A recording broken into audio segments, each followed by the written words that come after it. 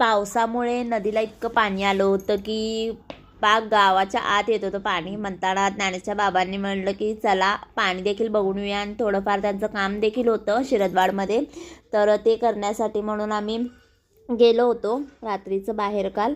तर तिथं त्यांचं पार्सल होते, 2 बॉक्स होते, ते घेऊन आम्हाला यायचं होतं इचलकरंजी देण्यासाठी. तर हे पाणी बघा, पूर्ण मंदिर सगळी पाण्याखाली गेलेली आहेत, गणपतीचं देवीचं वगैरे मंदिर सगळं. तर हे सगळं बघून आम्ही शिरदवाडमध्ये पोचलो. बेकरीमधून 2 बॉक्स घ्यायचे होते त्यांचे. तर तिथे गेल्या गेल्या ज्ञानेश लगेच किंडर जॉय पाहिजे, परत कॅडबरी पाहिजे, लॉलीपॉप पाहिजे तर चालू होतं. तर बेकरीवाले ते जे काका होते तर ज्ञानेशला म्हणले आधी तुझं नाव सांग मग तुला देणार. मग लगेच नाव सांगितलं त्यांना ज्ञानेश प्रमोद तोरगळे म्हणून. तर नाव सांगितलं त्याला ते मिळालं. मग दाखवत होता मला, ए बघ मम्मा मला मिळालं म्हणून. मग घेऊन मग ते बॉक्स वगैरे घेतले आणि रिटर्न मग आम्ही आलो परतीच्या प्रवासाला इचलकरंजीमध्ये, कारण अर्जंट बॉक्सेस द्यायचे होते ते.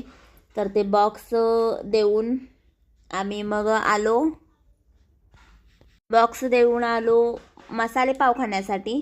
आधी एकदा टेस्ट केला होता तर तो मसाले पाव आवडला होता. म्हणताना ज्ञानेश आणि मी बाबांना त्यांच्या सांगितलं की आम्हाला तो मसाले पाव खायला हवा आहे.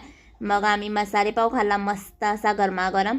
आणि लगेच घ्यायला गेलो कुल्फी आणि काजू शेक, कारण कुल्फी ज्ञानेशला आणि ज्ञानेशच्या बाबांना खूप आवडते मावा कुल्फी, आणि मला काजू शेक. म्हणताना आम्ही काजू शेक घेतलं. 5 घेतले पार्सल, मम्मीकडे जायचं होतं म्हणताना 5 घेतले.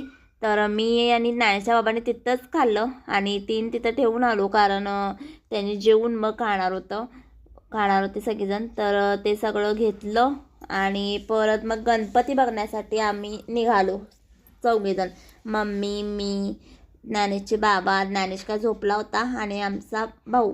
तर आम्ही सगळेजण गेलो होतो गणपती बघायला. 4 दुकानं फिरल्यानंतर एका दुकानात मग आम्हाला गणपती पसंत पडला. तर तो गणपती शेवटी आम्ही बुक केला. तर please like, share and subscribe my channel. Thank you.